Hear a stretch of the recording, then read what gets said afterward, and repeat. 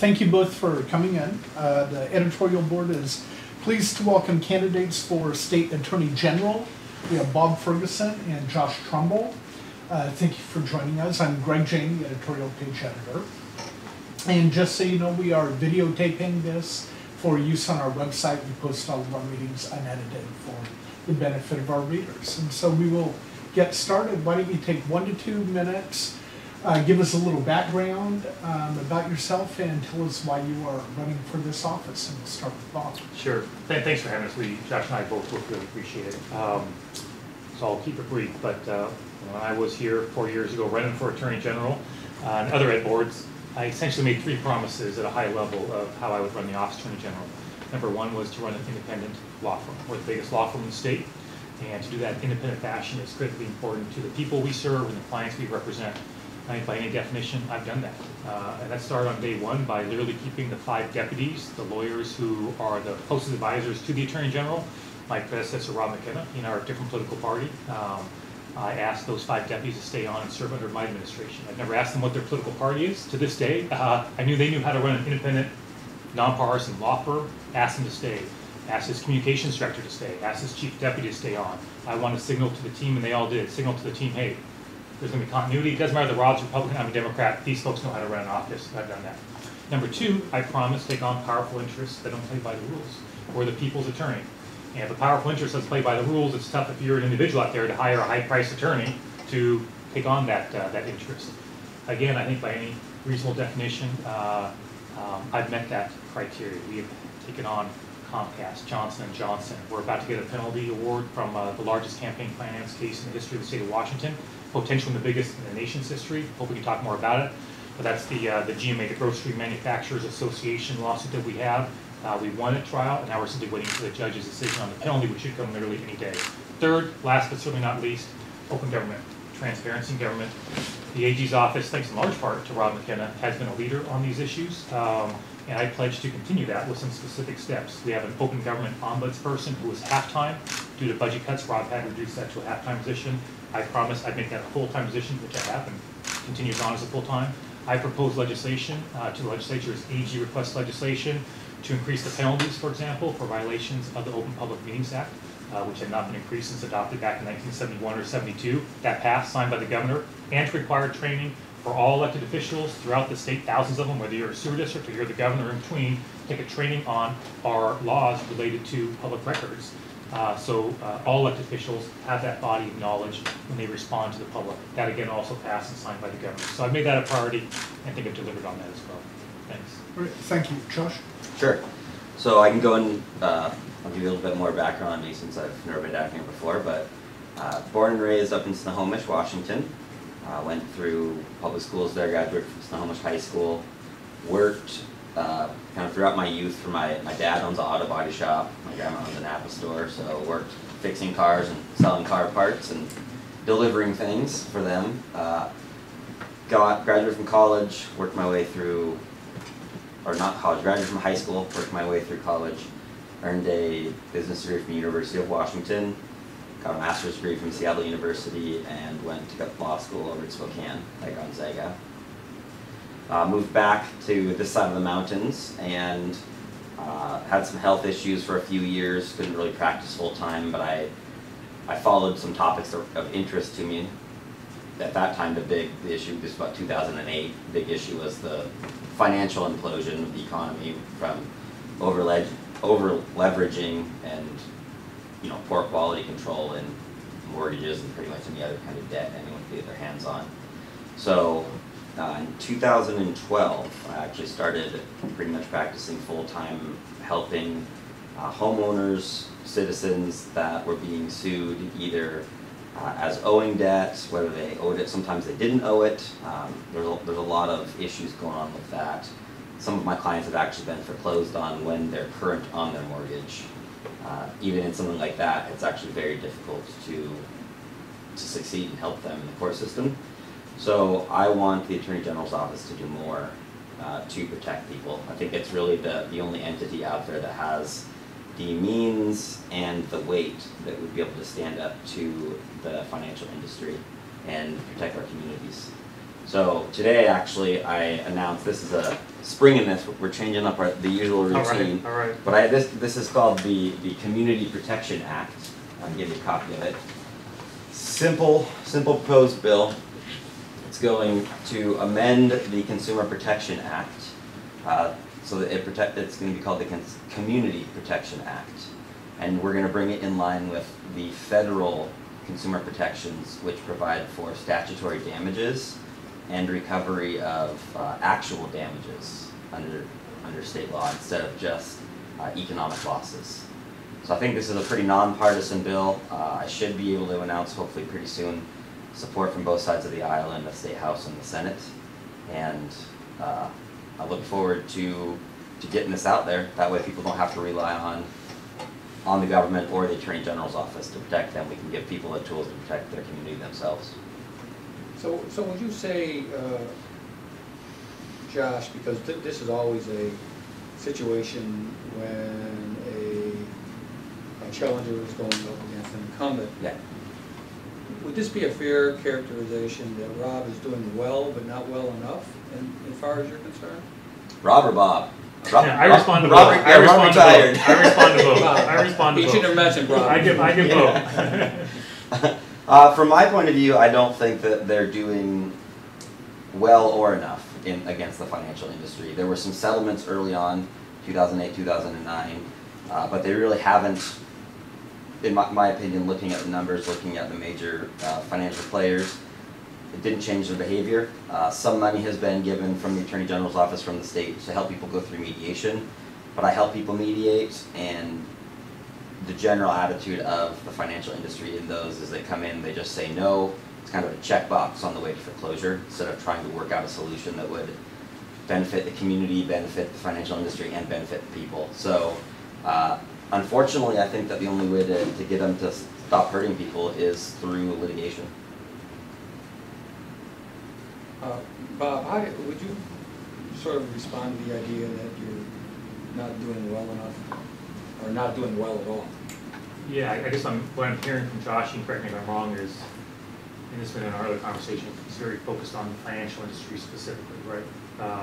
So I'm not hearing a broader complaint about consumer protection. If that's the complaint, let me know. But yeah, I think we've sorted it out. I mean, this is my area. I'm not criticizing all your consumer protection work for sure. I mean, there's a lot that has been done that's good, but this area is just, it's getting missed.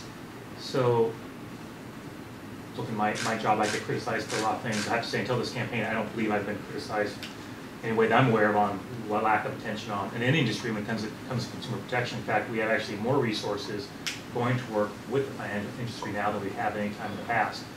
He referenced settlements back in previous my administration of Rob McKinnon, which were very large settlements, if I imagine right, many millions of dollars back not just to the state but also to consumers as well with the financial industry, and that work continues. Like literally on my I think first day, certainly first week on the job, and this goes into the resources going to it, is that the consumer protection chief under Rob McKinnon, now under me, Shannon, came to me and said, hey, there's a case potentially against Standard & Poor's, big interest in the finance industry, and a group of AGs were going to file a lawsuit against Standard & Poor's for the way they do ratings for financial instruments, and that they were not actually independent. She said, hey, the memo said, good case, we should be doing it, but we don't have the resources to bring it.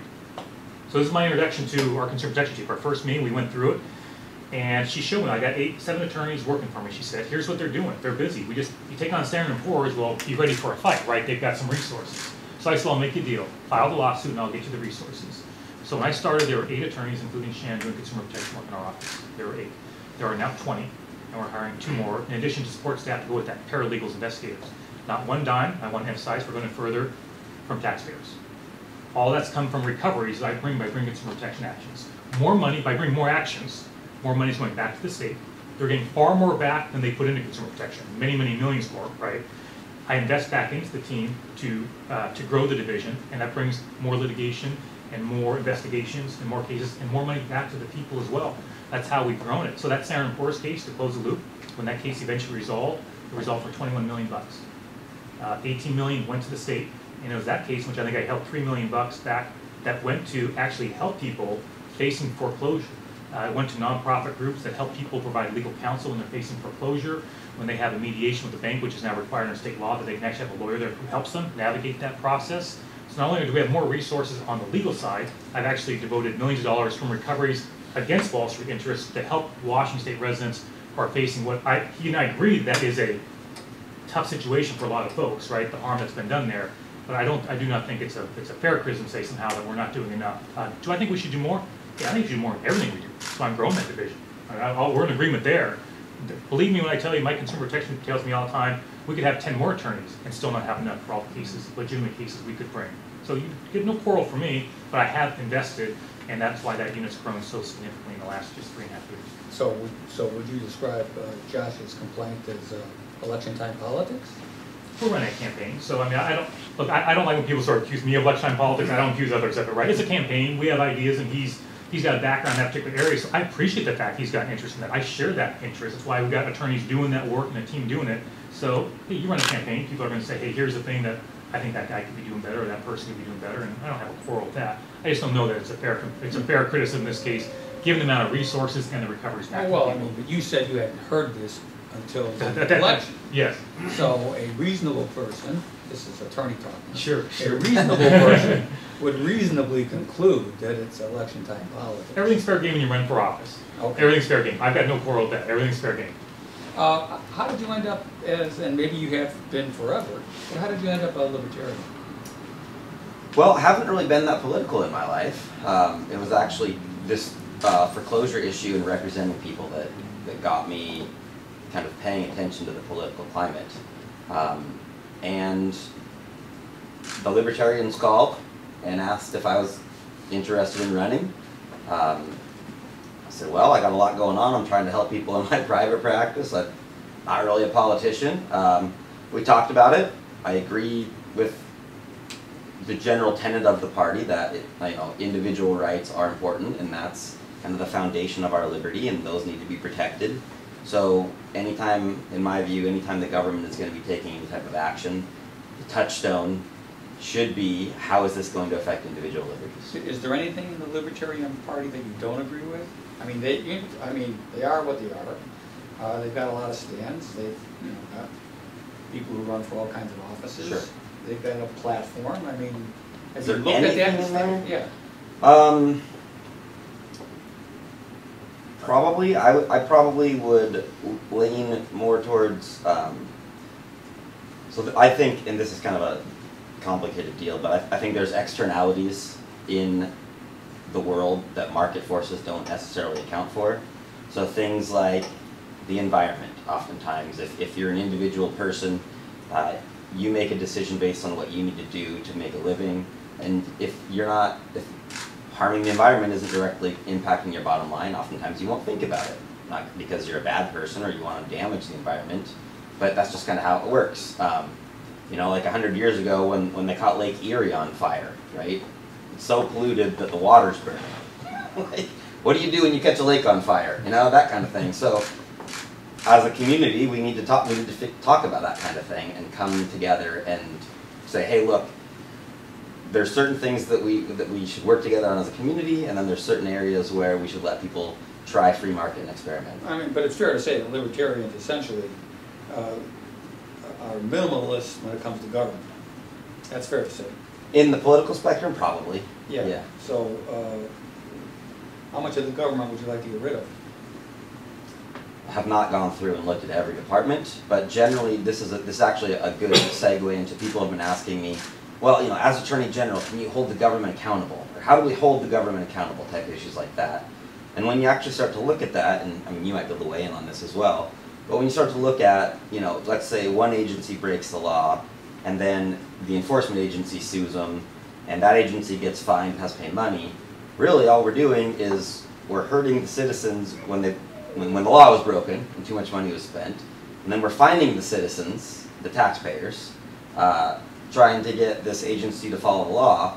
So a lot of times it seems to me like instead of having government be involved in everything where there's all these scandals happening, it'd be easier to hold people accountable if it was privatized. But wouldn't a libertarian potentially say, that let the market forces play, and that consumer protection, for example, isn't really a necessary role that a government would play? Market forces. I don't think that's accurate.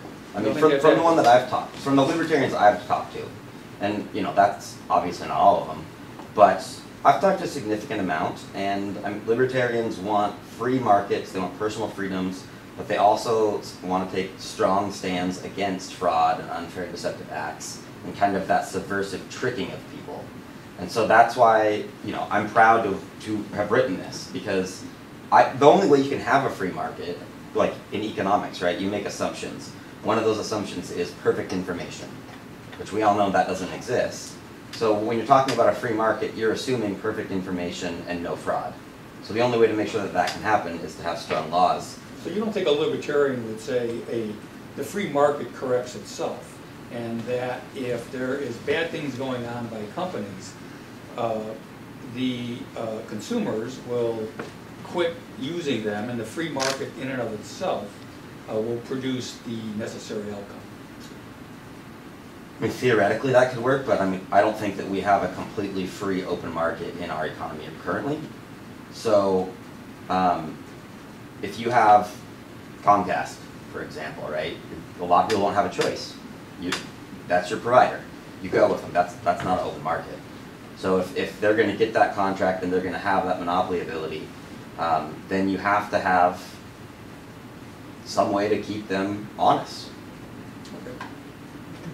So, sticking with libertarian philosophy, Bob said that he is going to seek legislation banning military-style rifles. Yeah.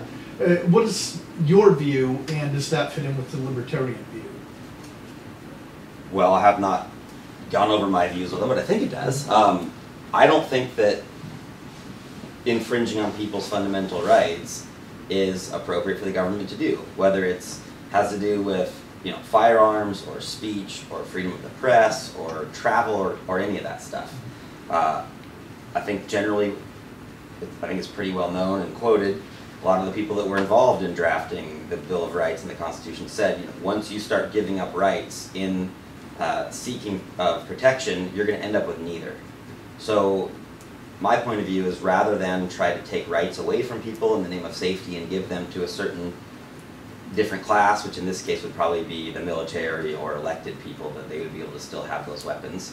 I think that as a community and as a society, we should look into the reason for the violence. I mean, it doesn't matter if it's knives, guns, sticks, fists, riots. There's a problem going on right now in society, and I think that's what we should address. We shouldn't try to address each specific symptom of the violence. So you would not pursue similar legislation? I would not. And you think that people should have a right to own weapons? I think people have a right to own weapons. So if I want to own a tank and keep it in my backyard, that would be okay? That's pretty extreme. Sure. Yeah. So my view on this is that I think that we need to look at the Constitution, and we have two constitutions that apply in Washington, right? We have the federal Constitution from, you know, the late 1700s. Then we have the Washington Constitution from the late 1800s. And the federal Constitution provides the right to keep and bear arms. It wasn't as clear, but I think the Supreme Court cleared that up. And then the Washington Constitution, Article 1, Section 24, specifically says that individuals have a right to keep and bear arms. So I think that the way that I would do it, and there's people that disagree with this philosophy of constitutional interpretation, but I would go and I would, the best that we could, let's figure out what the people who wrote that meant. And if by arms in 1776 they meant, you know, single-shot musket, then that's probably what's protected. If by arms they meant single-shot musket, and the reason was because that's the most advanced weaponry technology ever, then that, you could use that as evidence, sure, that maybe you should be able to own a tank. Do I think that's good policy? That's a completely different opinion, you know.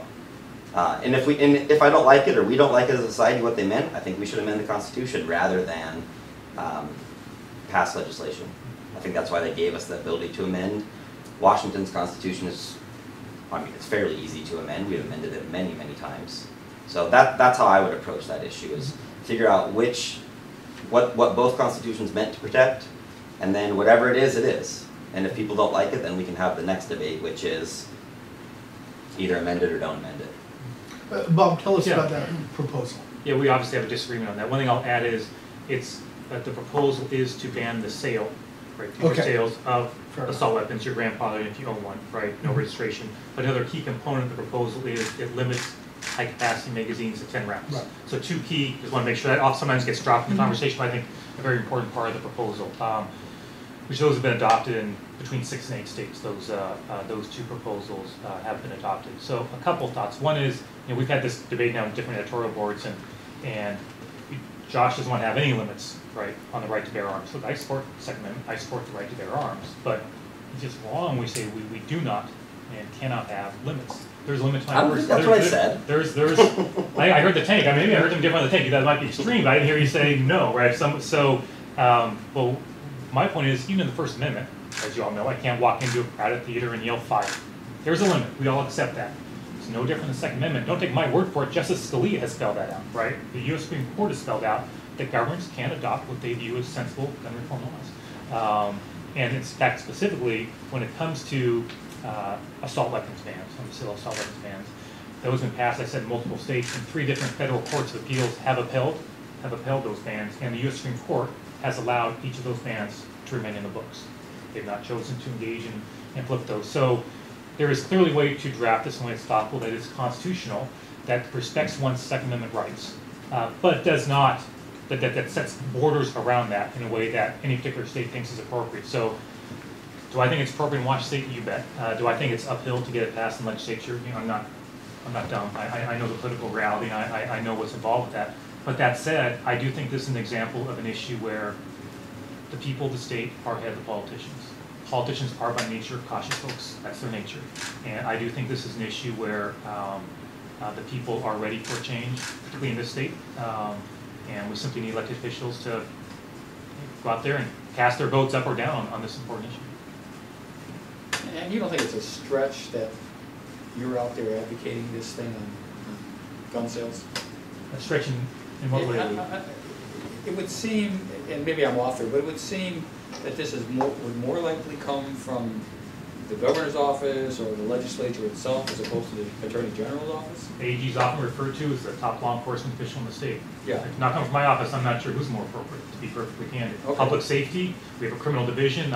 We engage with law enforcement on a regular basis, as you might imagine. That's a part of the job. And so I think in some ways, one thing that led me to do it is that if not me, if not my office, who, right? And the reality is, look, I get that it's controversial. Yeah. Many people are unhappy with me. I understand. I knew that going into it. No surprise there. But frankly, I feel it's my responsibility, my obligation as that top law enforcement official to say that if I believe something strong enough, well then, okay, let's put it out there. And yeah. Would you, and I'm not saying you would keep track of this kind of stuff, Yeah. but do you know of other state attorney generals that have done the same thing? Well, I know in the last few weeks, maybe a month and a half ago, it's not proposing legislation, but the Massachusetts AG, there's been a ton of coverage around, they actually have a ban on assault weapons in Massachusetts. And in that state, there's a question of some gun manufacturers were producing what some thought was an assault weapon that still met the definition, but is a loophole. And she came out at the press conference saying, no, these guns are banned. I'm using my interpretation as the AG to say, can't do it. Now, there's been a huge controversy. Does she have that authority? Does she not? You get the idea. I know the AG of Maryland, when he was a state legislator, proposed an assault weapons ban. Now he is the AG, just became the AG. So he did not propose it as AG. Right. So, but the idea that AGs around the country, so the short answer, I don't know whether, I didn't go look up every AG, whoever, right, ever proposed it, but yeah. I'm not suggesting you would, Yeah. but it feels to me, and I get your answer that, hey, top law enforcement, you feel it's logical and the right place to do it.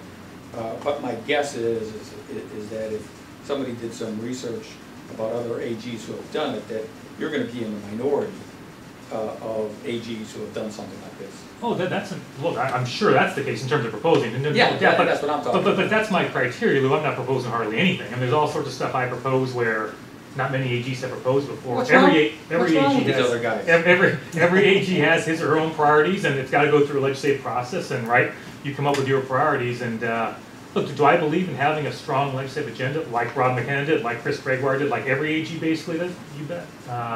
You can be sure if I've got 4 more years, you'll see me addressing additional high-profile issues. I get that those are controversial, but I think it's important for the conversation. I think for the general public, it's confusing from people who have contacted me that the Attorney General's office is supposed to be independent and neutral. And I don't know that there's a bigger partisan issue out there right now than the Second Amendment. And so a lot of people that are calling me are feeling like, you know, they don't know the inner workings, they don't know all the, but just in the press they call and say, hey, we have a massively partisan Attorney General.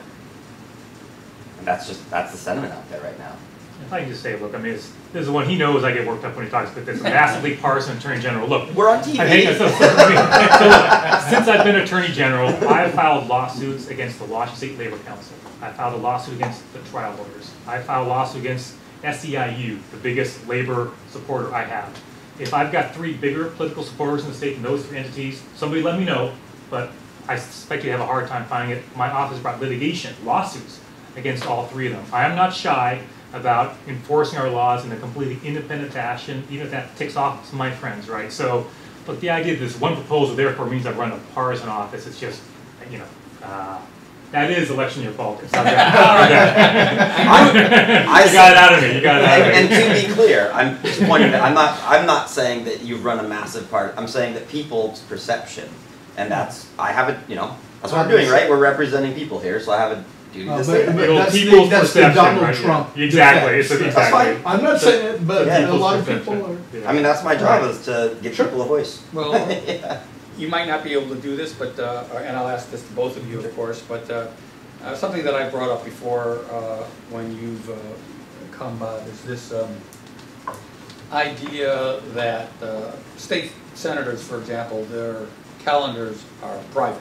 Yep. We cannot find out what the heck these characters are doing up there and when they're doing it because their calendars are private.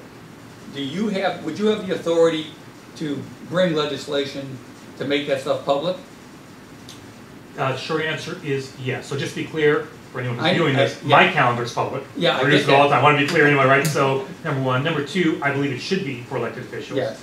Number 3, in fact, we actually have, it's not exactly an AG opinion request. We actually have a request into our office for an analysis of the Public Records Act as it applies to elected state legislators, which we're going to be doing, and I'll have something to say about that shortly. But yes, I'm clear. I'm supportive of that.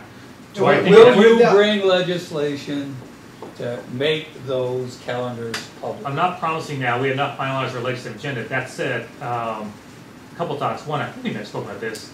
Do I feel that has any chance of passing legislature? 0. Well, No. Right. Well, I want to be clear. Guess I think what? it has, That's what's going on with this gun thing. well, do I think there's a pathway on that? I think there's a pathway for that. Okay. You know what I mean? But 6 states have done it, right? But to put in some perspective with the legislature, when I propose saying everybody's got to take a training on the Public Records Act, Yeah. you may know what happened. It passed, but they exempted Exempted themselves, themselves, yeah. just to give us some sense of the. So I don't rule that out, right? I would say I don't rule that out, but we're not finalized this year. But I can't say that. But sometimes you have to introduce laws, 100%. even when they don't, even when you know they don't have much of a chance, to use the bully pulpit Yep. to show how bad things are. I think that's fair. In the past, I've always viewed as having. I need to feel there is some path. There's a Really? pathway. More than half my bills have been signed by the governor. Well, no, my I- record speaks for itself. So that's been my philosophy in the bills that I bring. That doesn't mean I don't speak out about issues. I'm here. I've talked Yeah. about it all over. I think about legislators, their calendars should be public. Frankly, I think it's shameful they're not. I mean, honestly, right? They're public Yeah. servants. Why should they be treated differently than me? Right. So I Okay, feel like I just- use the bully pulpit to talk about it at some length. But do I think it has a shred of a chance of passing? No. But I mean, your point's well taken. But I'm looking at, I think it's fair to say at this point, I'm looking at, are there other avenues through an AG opinion or otherwise to take an examination of how the Public Records Act intersects the legislature? I think it may be more nuanced than maybe it's been led, than folks have been led to believe so far. Too nice a guy. And just wait. real quick, Yeah. you said you have a request in. Who did that request come from? Yeah, I have to look at, I can't, it was a, Okay. as I believe it was a, I'm forgetting, so it's not an officially an AG opinion, but there is a mechanism by which, I'll get this a little bit wrong, I think, Greg, but it just happened just in the last couple weeks where if an individual seeks public records from a state agency, and I think in this case I know it was the legislature, if you are turned down, you can actually go to the AG's office for, I'm using the word opinion, which may not be the technical term, but for, hey, is this right? So we have that now in front of us. I don't want to get into the details of that. My attorneys are doing their thing, but I've been briefed on it, and so we will be producing something on that, I think, relatively soon. And I'm viewing that as an opportunity to shed some additional light on our view, my view of the Public Records Act as it relates to the state legislature specifically. Okay, and I was just. Yes. Yeah, no, thank you. So, Josh, would you introduce legislation to make state senators' calendars public? 100%. I think if there isn't, if there's no pathway right now, why don't we write up a bill right now and turn it into an initiative? If the legislature exempts themselves from things like this, their power comes from the people, so let's let the people vote on it. I have a question for both of you guys about the United States Department of Labor overtime rules. 20 states have filed suit against the Department of Labor, and more than 50 business groups, including the U.S. Chamber of Commerce.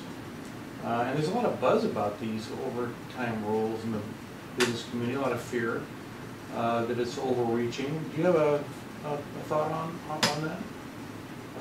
Are those lawsuits brought by AGs or by like departments or agencies within the?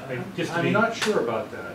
I'm not saying that I don't know whether it's AGs. I've not been made aware of that on if it's AGs who are bringing those on behalf of a state or a client. So I don't want to guess on that. I guess I want to take a look in more detail. I'm happy to give you an answer. I want to give you an answer on it, but I just don't know where those are coming from, or if they're even AGs who are. I'm usually reasonably familiar with it. A group of AGs are bringing some litigation, not always, but I'd want to take a look at that first. Yeah. But happy to follow up with afterwards. Okay.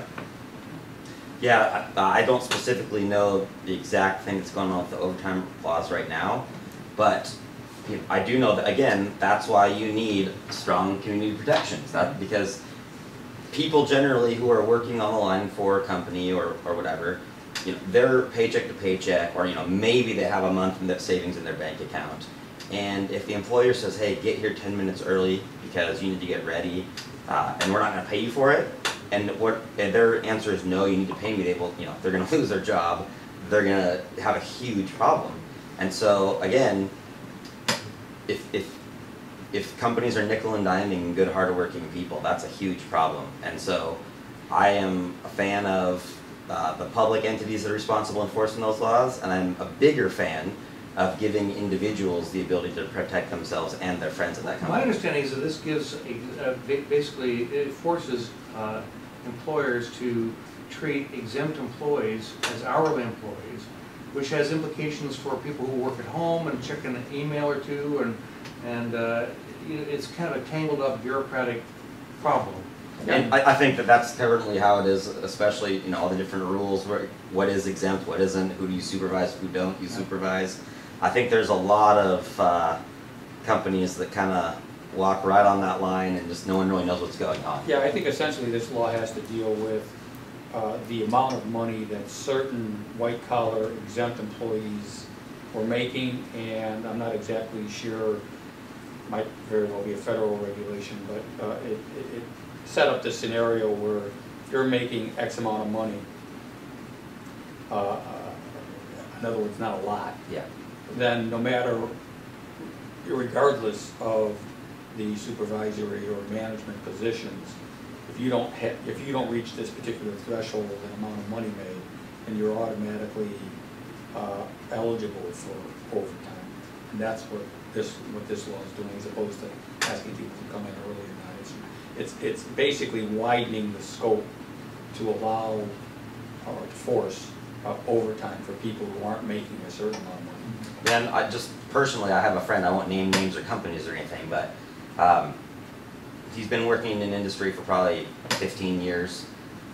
He wanted to go to school and keep working, so he gets hired on at a company and they say, hey, we're going to pay you $24 an hour. And he thinks, oh, that's good, I can work here and go to school at night and everything's going to be great.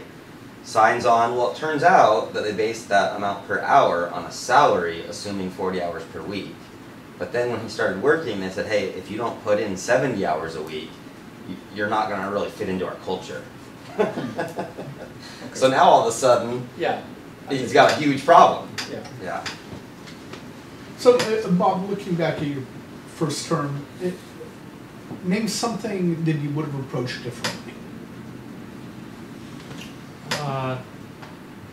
It's a little tricky only because I have clients where with that we give advice to clients, and sometimes I might have handled something different. So how about this? I speak a bit of a high level. I'll give you one general one, then maybe one more specifically. But early on, there's been a tension sometimes with some clients on what's the AG's decision, what's the client's decision. So we saw that in litigation for the U.S. Supreme Court with Rob McKenna and Peter Goldmark. When Peter Goldmark sued, the land commissioner sued Rob McKenna saying, hey, you need to file this appeal that I want you to file. Rob said, no, that's my call. Peter said, no, it's my call. I'm your client. Went to Supreme Court. Supreme Court said, it's Peter's call, right? Another one was on the healthcare, whether Rob had the authority to file the joint amicus brief on the healthcare challenge of the healthcare law, Obamacare. The court there said that was Rob's call. So as you can see, that's, and sometimes there can be, whose decision is it? So there was blocking to the client for obvious reasons. That's privilege. But I early on had a decision along those lines to make, and I deferred to a client once on something that I wished I had not. I feel it, and looking back on it, might have been more my call. So on that one, I might have done that again. I will say that I've especially taken pains with clients to really spell out what I see to be who the decision maker is. Doesn't mean it's always black and white, right? Sometimes there can be some friction there, but I try to make that really clear up front when I go to sit down with the client. Here's the issue, here's the decision. I think it's your call, or I think it's my call, and then talk it through. So that was early on in my very first few months. Another one is, I don't know that it's, doing something different, I guess, is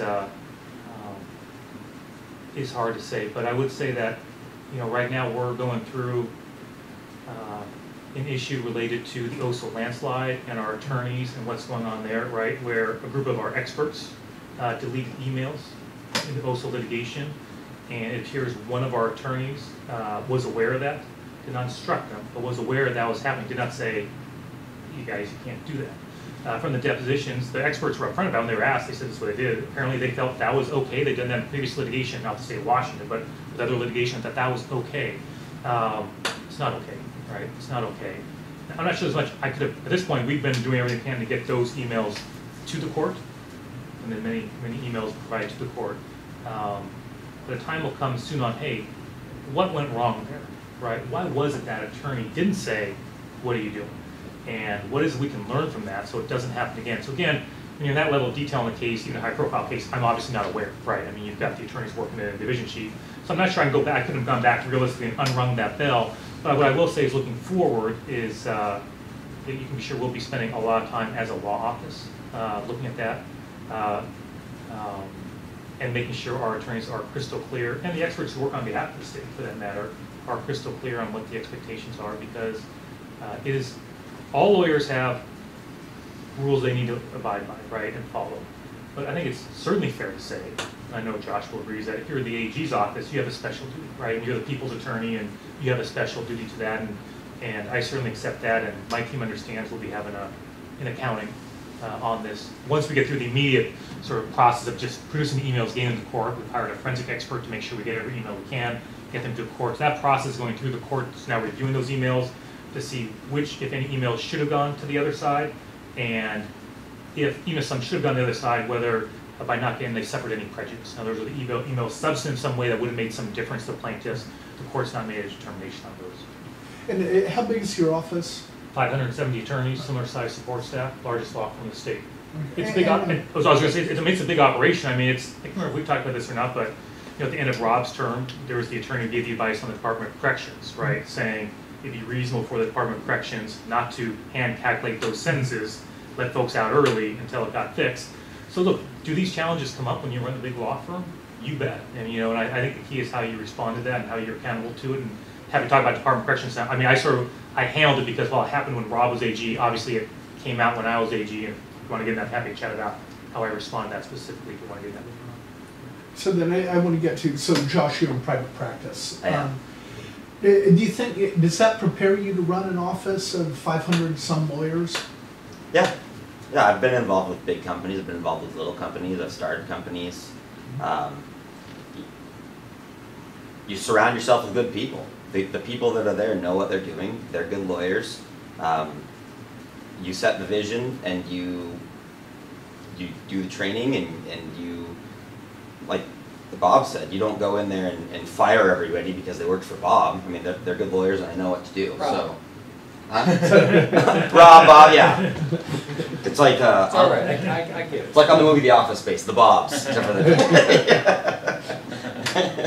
But yeah, I mean, I think that there's if get elected, there's a clear mandate from people that they want to be protected from the financial industry. And it's not just the financial industry, unfortunately.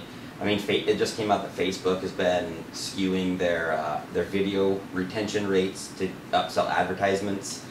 You know, a lot of people that advertise on Facebook are the small companies doing a real target area. So again, giant corporation hurting small Washington businesses, hurting our community. So I think people are tired of companies making these choices to intentionally make profit over people, and that's not right. And that's where I would go, and I would get the team together and we'd stop it.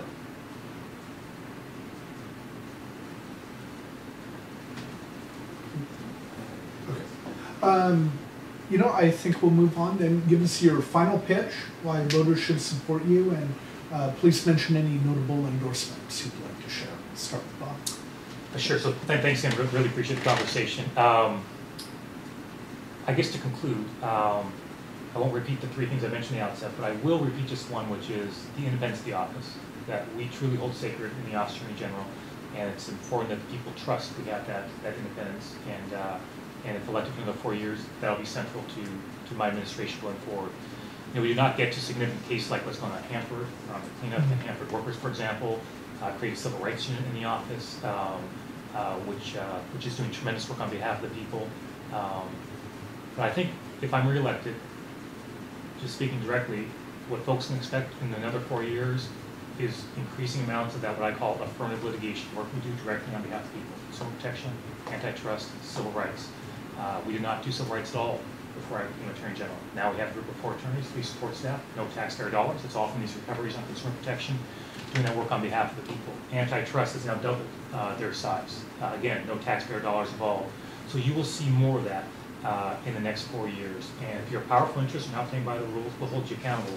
One last thing I'll mention, which again we didn't get a chance to talk about, in terms of transparency, government's critical, but also transparency in our elections. I mentioned briefly that GMA litigation is a big, big case. The largest amount of money anyone's ever paid for a campaign finance violation in the state is $700,000. We'll see what the judge determines, but we're asking for many, many millions above that. We'll see, sure, ruling will come out any day. And I have little doubt it'll be the largest campaign finance penalty in the history of the state of Washington. I have little doubt it'll be one of the largest in the nation's history, if not the largest. It's a big case, and this is a case where, when this happened, the conduct was egregious. I told my legal team, we are not settling this case. This case is going to trial. I do not care if they have a K Street law firm.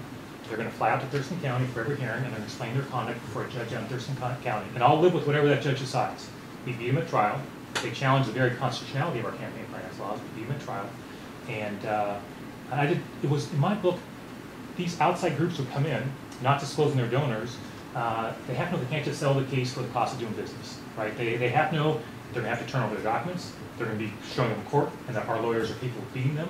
And a judge will set whatever penalty that judge feels is appropriate. And I want that from our team. I tell them all the time, be tough but fair.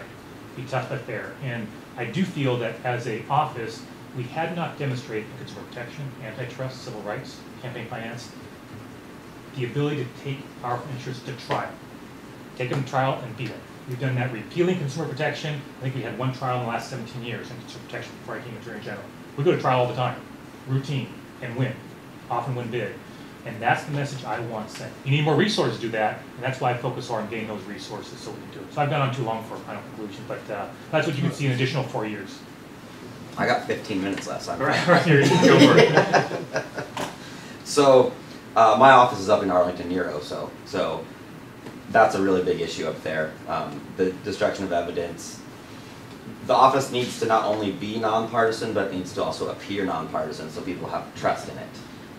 So I think that that's the first thing that needs to get cleaned up, is that issue of evidence destruction and what happened needs to be addressed, and we need to get people to understand, here's what happened, here's how we fixed it, here's how it won't ever happen again. Second thing, like I said, we have to stop the financial industry from harming our community. And it's not just the financial industry. You can look at, like I said, other industries, and there is a lot of just dishonesty out there, you know. The Act calls it unfair or deceptive. Telling people things that are not true is unfair or deceptive. That does not allow for a free market. That does not allow for people to make rational decisions, and it hurts everybody. There's the financial crisis and the foreclosure issues that are hurting our children, hurting our schools. If your neighbor's house gets foreclosed on, your chance of having a heart attack and dying goes up. It's pretty frightening. A lot of people don't realize that. It's affecting everybody. So that's what I'm going to do. I'm going to make sure that the Attorney General's office does that. I'm going to make sure that legislation like this gets out there so that people don't have to depend on somebody else to defend them. You know, there are limited resources. The government cannot do everything. In my view, the government shouldn't be doing everything. We should give Americans the tools they need to go out and thrive. I believe that if people have honest and accurate information, the people are amazing. They will recover and they will thrive. As far as open government, absolutely, I agree with that. If the legislators will not pass it, then we write an initiative and let people vote on it. I have a hard time imagining that if we were to walk down the street here and we were to say, hey, do you think your legislator's calendar should be available to you? I'm hard to imagining that people are going to be, well, is that a Republican or a Democrat or a Libertarian? Or I don't think it matters. I think they're going to say yes. So the way that we get that kind of stuff involved in there is with initiatives. Okay, great. And I'm sorry, gentlemen, any endorsements you'd like to mention? Still working on endorsements. My website, I'm going to be putting it up there, so on trumbull4ag.com. So kind of a small campaign, just running, so a little bit behind the 8 ball of Bob's good at it. It's a little bit behind him, but we'll get him up there for people to look at. Okay. Bob? I think it's a wide cross-section of leaders in law enforcement and the community, labor organizations. I mean, it's I guess as a final thought, I mean, I'm glad Josh is running because I was shocked no Republican ran, right? I do think that's an indication of the strength of the way the office has been run, right? That clearly no Republican filed for it. So it's there's been strong support for the campaign, but I'm glad Josh has been running. We've had good conversations around the same time. Great, well, gentlemen, thank you. Thank you guys, yeah, appreciate it, yeah. Thanks. Good seeing you. Appreciate it. See you. Thanks for coming. Of course, yeah. Thank you.